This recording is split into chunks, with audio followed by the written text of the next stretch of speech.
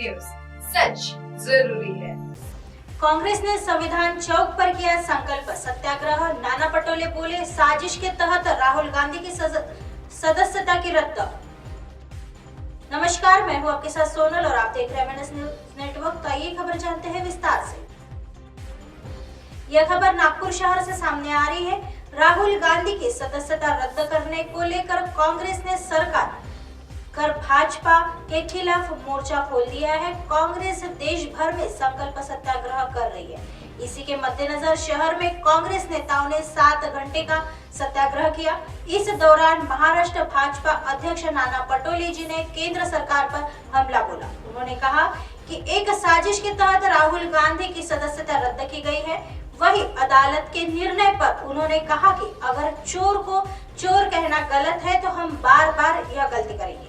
पटोले जी ने कहा, भाजपा में हुकुमशाही प्रवृत्ति है। उन्हें लगता है कि वे सत्ता की ताम्र थाली लेकर आए हैं। ललित मोदी, नीरव मोदी ने लोगों का पैसा लूटा। क्या हुआ अगर वे चोर नहीं है? अगर चोर को चोर कहना गलत है तो कांग्रेस इस गलती को बार बार दोहराएगी। तेज बारिश में भी जम रहे कांग्रेस का यह सत्याग्रह सुबह 10 बजे से शुरू हुआ। सुबह से ही आसमान साफ और तेज धूप थी, लेकिन 12 बजे के बाद आसमान को काले बादलों को घेर लिया और 1 बजते तक जोरदार बारिश शुरू हो गई। तेज बारिश के बावजूद कांग्रेस नेता आंदोलन स्थल पर जमे रहे। इस दौरान नाना पटोले जी, विकास ठाकरे जी और विलास मुत्तेमवर जी कपड़ों से अपना सिर ढकते दिखाई दिए। आइए बढ़ते हैं अगली खबर की तरफ। अमरावती के साथ कब तक होगा अन्याय? बेलोरा एयरपोर्ट के केवल 5 करोड़ भड़की यशोमती ठाकुर ने कहा, अमरावती के साथ कब तक होगा अन्याय। यह खबर अमरावती शहर से सामने आ रही है। उप मुख्यमंत्री देवेंद्र फडणवीस जी ने जिले के बेलोरा एयरपोर्ट के लिए पर्याप्त निधि देने की बात कही थी, लेकिन हकीकत यह है कि राज्य सरकार द्वारा केवल 5 करोड़ रुपए दिए गए हैं। यह अमरावती सहित विभाग के लोगों के साथ राज्य सरकार द्वारा दुर्भावना की तरह यह किया जा रहा है, ऐसा आरोपी पूर्व मंत्री और तिवसा विधायक यशोमती ठाकुर जी ने लगाया। कांग्रेस नेता ने कहा, बेलोरा एयरपोर्ट के लिए हमारे 122.70 करोड़ रुपए की मांग थी और उस मांग को प्रशासनिक स्वीकृति भी मिल गई है थी। हमें बड़ा झटका लगा जब हमने सरकार के फैसले को बढ़ा कि बेलोरा हवाई अड्डे के लिए केवल 5 करोड़ रुपए मंजूरी किए गए। उन्होंने आगे कहा, सरकार के इस निर्णय से पता चलता है कि उन्हें अमरावती के लोगों के लिए कितनी अहमियत है। उन्होंने आगे कहा, महाविकास आघाड़ी सरकार के समय बेलोरा हवाई अड्डे के विस्तार कार्य के लिए भारी धनराशि उपलब्ध कराई गई थी। एयरलाइन के दिसंबर 2022 में रात की उड़ान सुविधा के साथ सेवा शुरू करने की उम्मीद है, लेकिन मार्च खत्म होने के बाद भी फ्लाइट कब से शुरू होगी, इसका जवाब किसी के पास नहीं है। धर्म के नाम पर किया जा रहा पाखंड।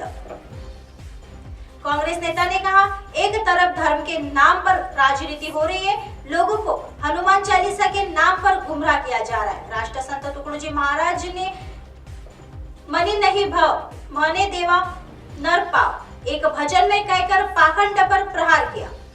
आइए बढ़ते हैं अगली खबर की तरफ। पूर्व सांसद हरिभाऊ राठौड़ ने थामा बीआरएस का झंडा, बदलेगी विदर्भ की राजनीति का समीकरण। यह खबर वाशिम से सामने आ रही है। तेलंगाना के मुख्यमंत्री चंद्रशेखर राव जी ने अब महाराष्ट्र में अपनी पार्टी का विस्तार शुरू कर दिया है। पिछले महीने केसीआर ने नांदेड़ में एक भव्य सभा की थी। उस समय कई लोग बीआरएस पार्टी में शामिल हुए थे। अब ओबीसी नेता और विदर्भ से पूर्व सांसद हरिभाऊ राठौड़ ने बीआरएस का झंडा ले लिया है और वह विदर्भ के यवतमाल, वाशिम, चंद्रपुर या हिंगोली लोकसभा क्षेत्र में से चुनावी मैदान में उतर रहे। पूर्व सांसद हरिभाऊ राठौड़ खानाबदोश ओबीसी नेता के तौर पर जाने जाते हैं। इसमें पहले वह बीजेपी, कांग्रेस, शिवसेना, आम आदमी पार्टी में काम कर चुके हैं। 4 मार्च को कि चंद्रशेखर राव जी के प्रमुख उपस्थिति में भारत राष्ट्र समिति ने पार्टी में प्रवेश किया। 23 मार्च को उन्होंने मनोरा तहसील के फूल उमरी में एक कार्यक्रम आयोजित किया और कार्यकर्ताओं से बातचीत की। वह 29 मार्च को पोहरा देवी में भारत राष्ट्र समिति की बैठक करेंगे और बीआरएस कैबिनेट के मंत्री बैठक में भाग लेंगे। तेलंगाना के मुख्यमंत्री के चंद्रशेखर राव जी के भी आने की संभावना है। क्या 2 बार के सांसद हरिभाऊ राठौड़ के भारत राष्ट्र समिति पार्टी में शामिल होने के बाद विदर्भ के राजनीतिक क्षेत्र में काम करेगा बीआरएस का जादू? क्या इससे राजनीतिक समीकरण बदलेगा? यह देखना दिलचस्प होगा। लेकिन चूंकि भारत राष्ट्र समिति में राज्य के कई नेता शामिल हो रहे हैं, इसलिए अन्य पार्टियों की चिंता बढ़ गई है। ऐसी खबरें फिर लेके आएंगे इसी समय इसी जगह। तब तक देखते रहिए एमएनएस न्यूज नेटवर्क। नमस्कार।